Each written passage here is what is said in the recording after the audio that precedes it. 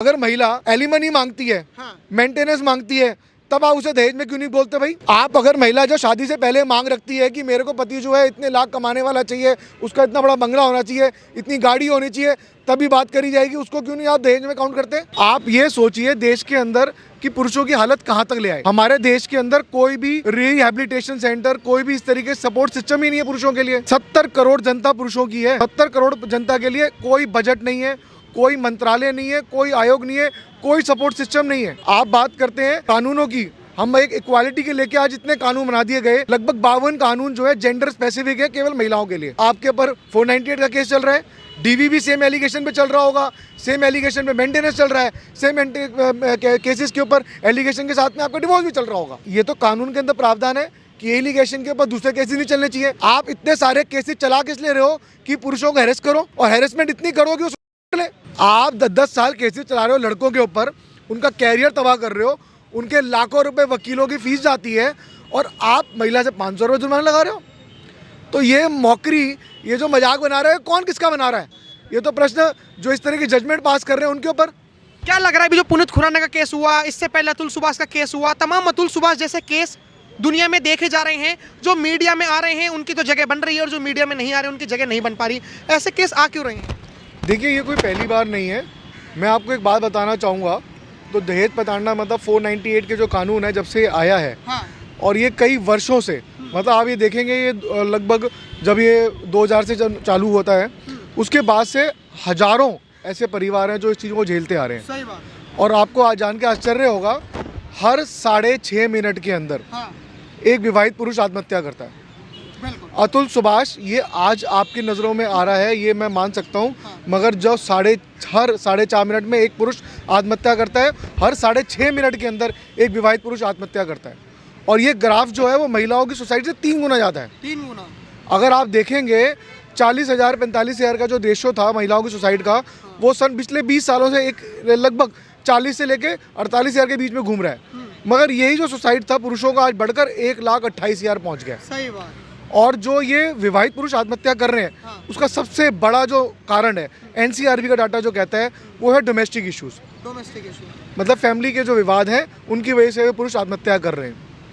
लेकिन अभी जैसे पुनीत खुराना का केस हुआ या अतुल सुभाष का केस हुआ, तो अतुल सुभाष की सास और जो पुनीत खुराना की सास, इन दोनों के वर्ड्स एक मिले हुए जुले हुए दिखे, और उनके वर्ड्स वो ये थे कि तो कमज़ोर दिल के लोग थे, हमारी बेटियों ने या बहुएं या फिर जो मतलब जो ऐसे फॉल्स केसेस लगाने वाली वाइफ्स होती हैं, कसूर उनका नहीं होता, कसूर होता है आदमियों का, ये कमज़ोर दिल के होते हैं इसलिए कि सुसाइड कर लेते हैं। देखिए, ये चीज़ें बहुत ज़रूरी है समझना कि पहले कि आखिर जो सुसाइड हो क्यों रहे हैं। ये जो अतुल सुभाष जिन्होंने सुसाइड किया है, जिसने भी इन्होंने जुडिशरी और सिस्टम पे सवाल उठाए कि भाई किस तरीके से कारण क्या था इसके सुसाइड किया, और इस तरीके से वो प्रताड़ित थे कि उन्होंने ये तक बोल दिया कि अगर मैं मर जाऊं तो मेरी जो अगर मेरे को न्याय नहीं मिला तो मेरी अस्थि गटर में बहा देना। आप सोचिए कि विश्व का सबसे बड़ा देश, जिसको लोकतांत्रिक देश के लिए हम लोग बात करते हैं, डेमोक्रेसी की बात करते हैं, वहाँ पर एक देश का नागरिक इस तरीके की लाइन बोल के, ये सबसे दुर्भाग्यपूर्ण है, देश के लिए डूब मरने की बात है। आप ये सोचिए देश के अंदर कि पुरुषों की हालत कहाँ तक ले आए। हमारे देश के अंदर कोई भी रिहैबिलिटेशन सेंटर, कोई भी इस तरीके से सपोर्ट सिस्टम ही नहीं है पुरुषों के लिए। 70 करोड़ जनता पुरुषों की है। 70 करोड़ जनता के लिए कोई बजट नहीं है, कोई मंत्रालय नहीं है, कोई आयोग नहीं है, कोई सपोर्ट सिस्टम नहीं है। आप बात करते हैं कानूनों की, हम एक इक्वालिटी के लेके आज इतने कानून बना दिए गए, लगभग 52 कानून जो है जेंडर स्पेसिफिक है, केवल महिलाओं के लिए। बात क्या करी गई थी? इक्वालिटी का नारा देते हुए 52 कानून बना दिए, पुरुषों के लिए कुछ नहीं। हमारा देश आज यहाँ पर जहाँ हम लोग खड़े हैं, हमारी एनजीओ का नाम है मैन वेलफेयर ट्रस्ट। हम लोग सेव इंडियन फैमिली मूवमेंट के अंतर्गत हमारी 40 एनजीओ भारत देश में है। हमारा हेल्पलाइन नंबर है 8882498498, जिसके अंदर हर महीने हमारे 6,000 कॉल्स आती हैं। 6,000 कॉल्स? हाँ जी। जो अभी तक लोग ये समझ रहे थे कि पुरुष आयोग बनाने से क्या होगा, और जो हमने तमाम वीडियोस आपको दिखा रहे हैं और हमारी वीडियोस वायरल भी हो रही हैं, उस वीडियोस में कुछ लोग कमेंट, कुछ जैसे महिला हो गई या कुछ पुरुष ही हो गए, 70% पुरुष ये भी कह रहे हैं कि पुरुष आयोग बनाना तो एक मजाक है, पुरुषों को तो कभी दर्द नहीं होता। जिन्होंने अपने मैन का जो ऑर्गेनाइजेशन बना रखी है 6,000। और आपको जान के आश्चर्य होगा, ये हम लोग जो हमारी एनजीओ है, ये 2005 से काम कर रही है। हाँ, और अब तक हमारे से 20 करोड़ से ज़्यादा पुरुष जुड़ चुके हैं, उन पुरुष और उनके परिवार हमसे जुड़ चुके हैं। हाँ, 20 करोड़, तो ये संख्या बहुत कम नहीं है, बहुत बड़ी है। बहुत बढ़िया। हम लोग इस चीज़ के लिए, पुरुषों की आवाज़ उठाने के लिए हर एमपीज़ के पास जाते रहते हैं, हर सेशन पे जाते हैं। अब तक करीबन मैं यहाँ पे 5-7 साल के अंदर करीबन नहीं तो करीबन 3 से 4 हज़ार बार एमपीओ से मिल चुका हूँ। हर एमपीज़ के पास में इच्छा शक्ति नहीं है, इच्छा शक्ति ही नहीं है कि वो पुरुषों के मुद्दों के ऊपर बात करें। कोई पुरुषों के लिए बात नहीं करना चाहता, वोट बैंक ही नहीं है। हाँ, वोट बैंक ही नहीं है। अभी हम एक कानून देख रहे थे, उसमें 377 का जिक्र हुआ था। अभी तक जो भारतीय न्याय संहिता से पहले इंडियन पिनल कोड चल रहा था, उसमें जैसे पुरुषों का रेप, अब असदुद्दीन ओवैसी ने भी पार्लियामेंट में बात उठाई थी, तो लोग कॉमेडी मीम्स बनाने लगे कि पुरुषों का रेप हो गया ये वगैरह वगैरह, और सिंपैथी महिलाओं के साथ जोड़ देते थे। इंडियन पिनल कोड में जब 377 था, तो पुरुषों का भी अगर कोई रेप कर लेता था तो उसके लिए भी सजा का प्रावधान था। भारतीय न्याय संहिता में धारा 377 में अगर पुरुषों का रेप भी हो जाए या ट्रांसजेंडर एलजीबीटी का भी रेप हो जाए तो उसके लिए कोई भी सजा का प्रावधान नहीं है। इक्वालिटी कहाँ बची? देखिए, मैं इस पे एक बात बोलना चाहूँगा। ऐसे बहुत से कानून थे जो सुप्रीम कोर्ट ने रिपील कर दिए, उनको हटा दिया, स्ट्रक डाउन कर दिए। हाँ, जैसे 497 था, हाँ, और 377 ने तो हमारी सरकार ने हटा दिया। हाँ, हालांकि सुप्रीम कोर्ट ने संशोधन किया था 377 में, जिसमें ये कहा गया था कि जो इच्छा से अगर संबंध बनाए जा रहे हैं तो उसको वो क्रिमिनलाइज ना किया जाए। हाँ, मगर यहाँ तो सरकार ने यही हटा दिया। सिर्फ एक ऐसा कानून था जो पुरुषों के साइड लेता था, उनके साथ यौन शोषण की बात को लेके, तो उसमें सजा का प्रावधान था। आपको एक जान के मैं बताऊँ, 2009 के अंदर ministry of women and child का डाटा आया था, हाँ, जिसके अंदर 53.4 बॉय चाइल्ड जो बच्चे लड़के होते हैं उनके साथ यौन शोषण होता है, वो सर्वे में आया था 53.4 लड़कों के साथ। अब जब आप ये सर्वे में आ रहा है कि लड़कों के साथ यौन शोषण होता है, जैसे ही वो बड़ा हो जाता है उसके मान लिया जाता है, उसके साथ तो कुछ होता ही नहीं। आप डोमेस्टिक वायलेंस जो एक्ट है जिसके लिए आप बात करते हो, आप उसका डाटा देखेंगे, आज तक किसी को सजा नहीं हुई होगी तो एक आध किसी को। 498 की बात करेंगे, लगभग 86% जो है उसके अंदर सब लोगों को बरी हो जाते हैं। कन्विक्शन रेट 12-14% है अक्रॉस द इंडिया। अगर आप पूरी एवरेज देखेंगे तो 12-14% की है। तो आप ऐसे कानून के अंदर आप बात कर रहे हो जहाँ 10-10 साल तक आप ट्रायल चला रहे हो और सज़ा जो है वो बहुत कम लोगों को हो रही है। सही बात। ऐसी रेप के अंदर चार्जेस 376 का, उसमें 76% लोग जो है बेगुनाह पाए जाते हैं या उनको जितने उन पर आरोप मुक्त कर दिया जाता है। तो आप ऐसे कानूनों की बात कर रहे हैं जिसमें लोगों के लिए हैरेसमेंट बन गई है।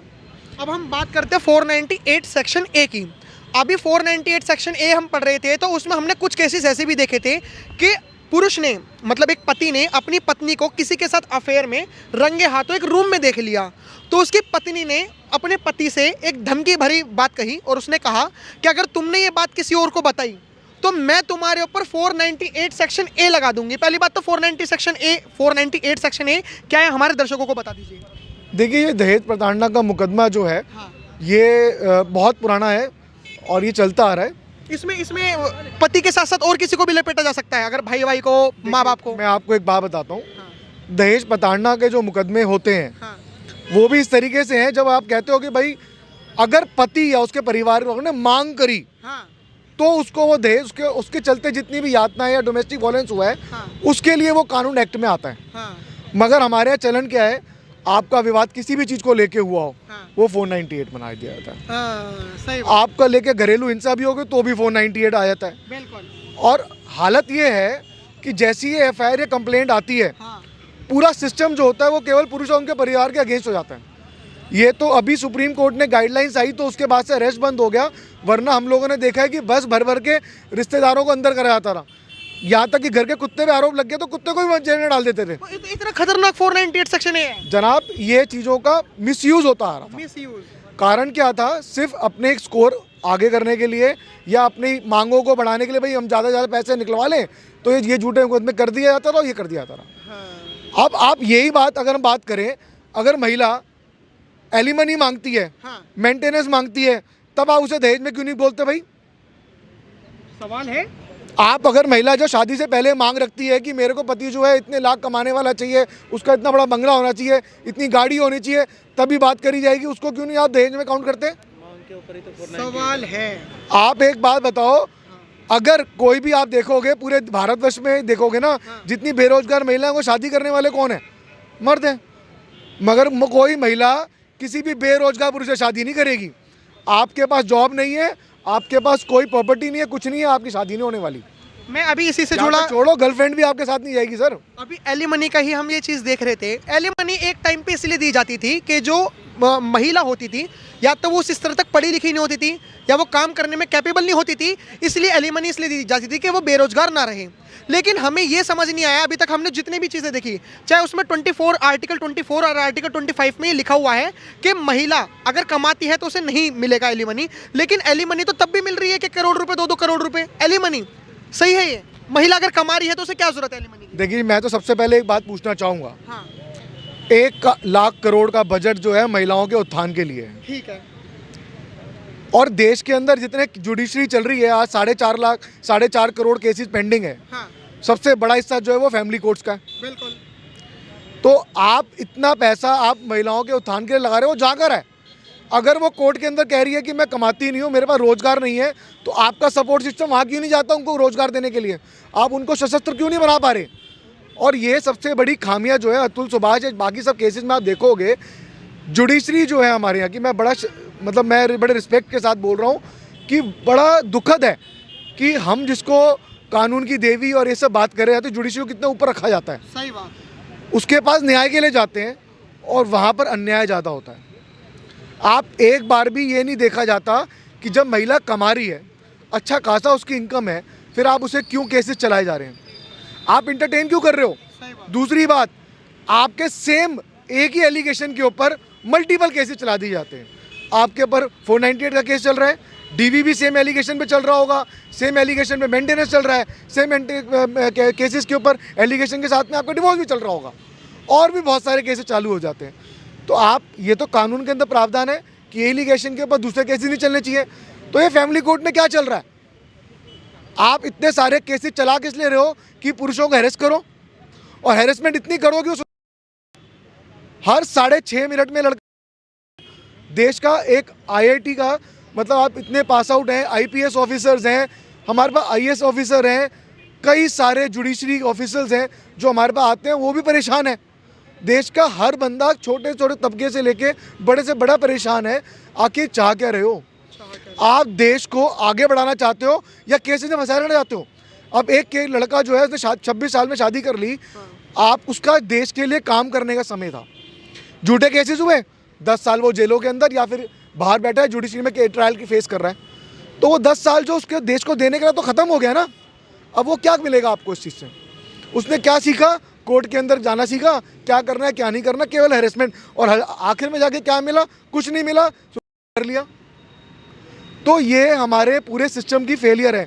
आप 498 के अंदर देखोगे, जितनी भी चार्जशीट पेश होती हैं, मैंने आज तक हज़ारों चार्जशीट पढ़ी हैं, किसी के अंदर भी एलिगेशन को लेकर स्पष्टीकरण नहीं होता इसके सबूत पाया गया या नहीं पाया गया। हाँ, ये सबसे बड़ा फैक्ट। आप चार्जशीट पेश कर रहे हो मैकेनिकल वे में, एक घिसे पिटे फॉर्मेट से, हाँ, उसके अंदर लिख दिया जाता है कि आरोप पाया गया, अब कोर्ट देखेगा। क्यों देखेगा भाई? तेरे को तनख्वाह मिल रही है, तेरे को ट्रेनिंग दी गई, तूने क्यों नहीं पाया गया? सही बात। लड़कों का हैरेसमेंट यहाँ पे होता है, पूरे परिवार वालों को नाम हटा दो, नहीं तो इतने पैसे दो, वरना नाम नहीं हटाएंगे। उसके बाद वो बेचारा सारा परिवार जो है इसके हैरेसमेंट झेलता है, कोर्टों में धक्के खाता है। क्यों? क्योंकि देश का नागरिक है। किसी देश के अंदर ऐसे कोई कानून नहीं होंगे जो वर्ल्ड में इतने ज़्यादा मिसयूज होते होंगे, ये केवल हमारे देश के अंदर है। आप देश का हैप्पी इंडेक्स देखो कहाँ चला गया, क्यों गिर रहा है? क्योंकि 70 करोड़ जनता के लिए सरकार के पास समय नहीं है।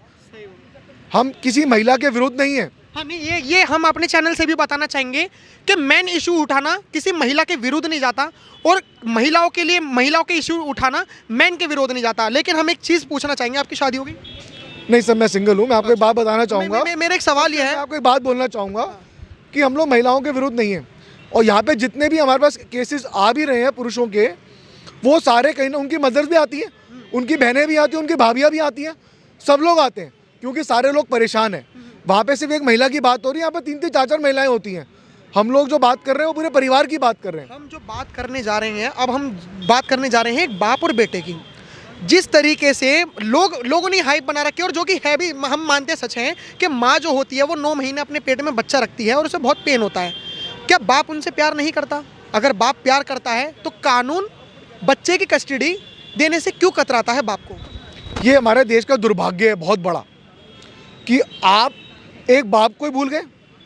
और उससे बड़ा बताऊँ आप क्या अपराध हो रहा है ये कोर्टों में, वो बच्चों के साथ हो रहा है। आपके मियाँ बीवी का कोई कलेश है, बच्चे ने क्या बिगाड़ा? सही बात। आप बच्चे को उसके परिवार से अलग कर देती हैं। यहाँ पे ऐसे हज़ारों केसेस हैं, हमारे जितने भारत भर में 40 चैप्टर्स हैं, हम लोग वहाँ पे हज़ारों केसेस हैं, बाकायदा ग्रुप बने हुए हैं। वहाँ पे आए दिन बच्चे जो तड़पते हैं ना पिता, आप क्या बताया जाए। आप कोर्टों के अंदर ये हैरेसमेंट है, कोर्ट को डायरेक्शंस हैं कि आप 6 महीने के अंदर डिसाइड करो, और आप डिसाइड क्या करोगे? बाप तो कहला रहे हैं ना। आप कहते हैं कि मेंटेनेंस नहीं दोगे बच्चे से, बाप को नहीं मिलने देंगे। ये क्या आतंकवाद हुआ? इससे बड़ा क्या आतंकवाद होगा कि आप डिसाइड करोगे कि वो बच्चे से मिलने नहीं दिए जाए बाप को? वो बच्चे ने तो बेचारा क्या है उसको। आप ये जो इस तरीके से काम हो रहे हैं, मैं कहूँगा इससे बड़ा लीगल टेररिज्म, लीगल जेनोसाइड नहीं हो सकता। और ये लीगल एक्सटॉर्शन है तो सुप्रीम कोर्ट कहता आ रहा है, सुप्रीम कोर्ट कहता है मगर करता कुछ नहीं। हम मिनिस्टर से मिलते हैं कि आप इनके लिए बात करो, भाई देश में जानवरों, पेड़ पौधे सबके लिए आयोग है, मगर पुरुषों ने क्या बिगाड़ा? उनके लिए कुछ नहीं है। सही बात। अमिताभ बच्चन ने एक लाइन बोल दी थी, मर्दों को दर्द नहीं होता। हाँ। जनाब आप बात तो करो, आप तो सुनना ही नहीं चाहते। एनसीआरबी के डाटा में हम लोग ने इतनी उनसे बात करी, इतनी बार लेटर और आरटीआई लगी, तब जाके उन्होंने सेक्शन निकाला जिसमें उन्होंने सर्वे डालना चालू करा कि हस्बैंड, मैं तो ये बोलना चाहूँगा आप ये भी लिखाओ हस्बैंड मर्डर कितने हो रहे हैं। मतलब मर्डर हो रहे हैं तो मतलब आप लड़कों की बातें रखी नहीं जाती, वो दुर्भाग्य है, प्राइम न्यूज़ में नहीं आते, अखबारों में नहीं आते। हाँ। कितने लड़कों को जला के मार दिया जाता है उनकी पत्नियों द्वारा, उनके प्रेमियों के द्वारा। वो उनको दूसरे इलिसिट रिलेशनशिप में पकड़ते हैं, उसके बाद में क्या होता है, दुनिया को पता ना लग जाए, वो उनके पति को मरवा देती है। बच्चों को माँ जो होती है अपने दूसरे प्रेमी के साथ में कुछ संबंध होते हैं, बच्चा देख लेते हैं उनका मर्डर कर देती है माँ। तो एक माँ का रूप ये भी है। तो आप ये मत सोचिए कि हर लड़का राक्षस है, और ये भी नहीं कहा जा सकता हर लड़की जो है वो देवी है। ये जो मर्डर का जो कॉन्सेप्ट है, जहाँ तक मैं ये जो चीज़ें समझ पाया हूँ अभी तक, मैंने आपसे जितनी बातें करी और जो मैंने पहले के भी केस कवर करे, उसमें मैं एक चीज़ समझ पाया कि मर्डर ना सोसाइटी भी कर रही है। सोसाइटी कैसे कर रही है कि एक सोसाइटी वो है जो ये कहती है, जो पढ़ी लिखी सोसाइटी है, वो कहती है कि तुम अपनी बीवी को कमाने क्यों नहीं भेजते, जब तुम्हारी बीवी पढ़ी लिखी तो है। जब वो मर्द कमाने भेजता है तो एक सोसाइटी वो है जो उसे ताने देती है, अबे कैसा मर्द है, अपनी बीवी को कमाने भेज रहा है। तो आपको भी लगता है कि सोसाइटी का भी कहीं ना कहीं बहुत बड़ा रोल है हत्या, इस सुसाइड को करवाने में? देखिए, मैं सोसाइटी को लेके तो एक बात बोलना चाहूँगा। ये शुरू से ही हमारे यहाँ पे ना कई सारे तरीके के वक्तव्य हैं जो चलते आ रहे हैं, इनमें बदलाव करने की बहुत ज़रूरत है। मगर उससे पहले बदलाव करने की ये ज़रूरत है कि आप क्या एक नारा बच्चों को बचपन से स्कूल में सिखाते आते हो ना, लड़का लड़की एक समान, तो उसको बराबरी से देखना चालू करो। सही बात। आप लड़के पे पैदा होते ही बोझ डाल दो, तूने घर संभालना है, तूने देश संभालना है। सर आप ये कैसे कह दोगे कि उसके क्या इच्छा है, उसके बारे में कौन बात करेगा? आपने कभी लड़के जाना ही नहीं क्या? आप आज हमारे समाज के अंदर एक बात करी जाती है, बेटी बचाओ बेटी पढ़ाओ। ये नारा सबसे पहले मोदी सरकार लेकर आई थी। ठीक है जी। सबसे ज़्यादा स्कूल ड्रॉप आउट किसका होता है? लड़कों का। मगर आपने बात करी कि लड़कों को पढ़ाया जाए। आप बात कर रहे हो लड़कियों को साइकिल दी जाती है, लैपटॉप दी जाते हैं, टैबलेट बांटे जाते हैं, लड़कों को क्यों नहीं बांटे जाते? सबसे ज़्यादा स्कूल ड्रॉप आउट तो उनका हो रहा है। क्या आप उनके बारे में नहीं बात कर सकते? बेटी बचाओ की बात करते हैं, मैंने आपको बताया जैसे कि 2009 का वुमेन एंड चाइल्ड मिनिस्ट्री का डाटा था, लड़कों के साथ भी यौन शोषण होता है, मगर उनके लिए बारे में क्यों नहीं बात करी जाती? सर जिस तरीके से अभी हमने आपसे बातें करी, हमें एक चीज़ तो समझ में आया कि कहीं ना कहीं जुडिशरी और हमारे जो कुछ लॉज हैं उनका मिसयूज़ तो हो रहा है। अब ये कहाँ तक रुकेगा? रुक भी सकता है या फिर खाली मीडिया में एक हाइप बन के रह जाएगी, जैसे आरजीकर मेडिकल कॉलेज में महिलाओं वो जो डॉक्टर थी उसके लिए हाइप बन के रह गई, होगा कुछ? देखिए जी, मैं आपको एक बात बोलूँगा कि हमारी जो जुडिशरी है उनके पास बहुत कुछ है करने को, उनके पास बहुत कुछ है करने को, अगर वो इच्छा शक्ति रखें तो। आप देखेंगे जैसे इनके पास केसेस आता है, इनके पास बहुत सारी पावर्स हैं, इनके पास इनहेरिटेंट पावर है कि वो कौन से केस को चलाना है, कौन से केस को बंद करना है, मगर उसके बाद में भी चलाते रहते हैं। जैसे मेंटेनेंस के केसेस को देख लेंगे आप, उनको पहले दिन से पता है कि क्या हो रहा है क्या नहीं हो रहा। जब इनकम एफिडेविट में साफ तौर पे कहा गया है, लिखा हुआ है कि कोई भी झूठ बोलेगा तो उसके ऊपर 193 सेक्शंस के अंदर, मतलब परजुरी के अंदर उनके ऊपर कार्रवाई होगी। आप वर्ल्ड वाइड यूएस यूके की जजमेंट्स को आप देखोगे, आपको गिनी चुनी 3-4 मिलेंगी, क्योंकि वहाँ पर किसी की हिम्मत ही नहीं है कि कोई कोर्ट के अंदर खड़ा होकर झूठ बोले या झूठा अपना शपथ पत्र जो है वहाँ पे सबमिट करे। मगर हमारे देश में क्या होता है, जैसी कुछ भी कोई झूठा आवेदन होता है, बड़ा कॉमन है, कोई बात नहीं, आप महिलाओं को सजा के देते हैं 500 रुपये जुर्माना, आप कोर्ट पे खड़े हो जाओ आधे घंटे के लिए, 1 घंटे के लिए, ये सज़ा मिलती है। आप 10-10 साल केसेस चला रहे हो लड़कों के ऊपर, उनका कैरियर तबाह कर रहे हो, उनके लाखों रुपए वकीलों की फीस जाती है और आप महिला से 500 रुपये जुर्माना लगा रहे हो। तो ये मौकरी, ये जो मजाक बना रहे हैं, कौन किसका बना रहा है? ये तो प्रश्न जो इस तरह की जजमेंट पास कर रहे हैं उनके ऊपर जुडिशरी की कोई अकाउंटेबिलिटी नहीं है, कोई चेक नहीं कर रहा कि आखिर क्या हो रहा है क्या नहीं हो रहा। ये सबसे बड़ा सवालिया निशान है और जिसके ऊपर बात नहीं करी जाएगी तो ये आज ये मरा है, कल कोई मरेगा, हर 6.5 मिनट में मरते रहेंगे सर, कौन गिनता है? तो ये जो अंत है वो लाना सबसे पहले जुडिशरी के हाथ में है। आप सही समय पे कोई एक्ट नहीं लोगे तो क्या होगा? आपको पता है कि डीवी का केस कितने टाइम में ख़त्म करना चाहिए, मगर वो चल रहा है 10-10 साल, क्यों चल रहा है? अब कौन पूछेगा जज साहब से कि 10 साल क्यों चल रहा है? आप पूछोगे नहीं, ऐसी ज़िंदगी चलती रहेंगी। आज 4.5 करोड़ पेंडिंग केसेज हैं, कल 10 करोड़ भी हो जाएंगे, कौन पूछेगा? हमारा टैक्स का पैसा, सबसे बड़ा टैक्स पेयर पुरुष है, हमारा टैक्स पेयर का पैसा जुडिशरी के पास जाता है और जुडिशरी हमारी लाइफ ही तबाह कर रही है। सही बात। क्या कर रही है? जिस ड्यूटी पे उनको बैठा है उनके हाथ में लोगों का भविष्य है, मगर हमारा भविष्य कहाँ जा रहा है? कोर्टों के धक्के खाने में जा रहा है। हम यहाँ बैठ के आप देख रहे हो कितने लोग खड़े हैं, ये हर हफ्ते की कहानी है, हर देश में 40 शहरों की कहानी है और ऐसी कई NGOs होंगी जो ये काम कर रही हैं। आप सोचो कि क्या हो रहा है देश के अंदर। पुरुष कहाँ जा रहा है? वो अपनी बात रखने के लिए हर जगह परेशान है। कोर्टों, पुलिस के पास जाता है, वो कहते हैं कानून नहीं है, कोर्टों में जाता है, कोर्ट कहते हैं कानून नहीं है, मीडिया के पास जाता है, वो मजाक बना रहे होते हैं, आम जनता के पास जाता है, वो मजाक बना रहे होते हैं, कोई सुनने वाला नहीं है, कोई सुनने वाला नहीं है। जिस तरीके से हमने इन लोगों से बातें करवाई, ये मैन ऑर्गेनाइजेशन से हैं, और हम एक चीज़ बताना चाहेंगे, अभी तक जो हमने इनसे बातें करी और समझी कि सच्चे में जो पुरुष हैं उनके लिए कोई भी कानून नहीं है। और जिस तरीके से इन्होंने सुसाइड को मर्डर बताने की कोशिश करी, जिसमें सोसाइटी भी इन्वॉल्व है, जुडिशरी भी इन्वॉल्व है और तमाम ऐसी चीज़ें इन्वॉल्व हैं जो पुरुष के सुसाइड को नज़रअंदाज करते हैं, जो मजाक बनाते हैं, पुरुष आयोग का मजाक बनाते हैं। फिलहाल आपको इन वीडियो से क्या क्या चीज़ें अच्छी लगी हमें कमेंट बॉक्स में जरूर बताएं। देखते रहे खबरें भारत। धन्यवाद। जय हिंद।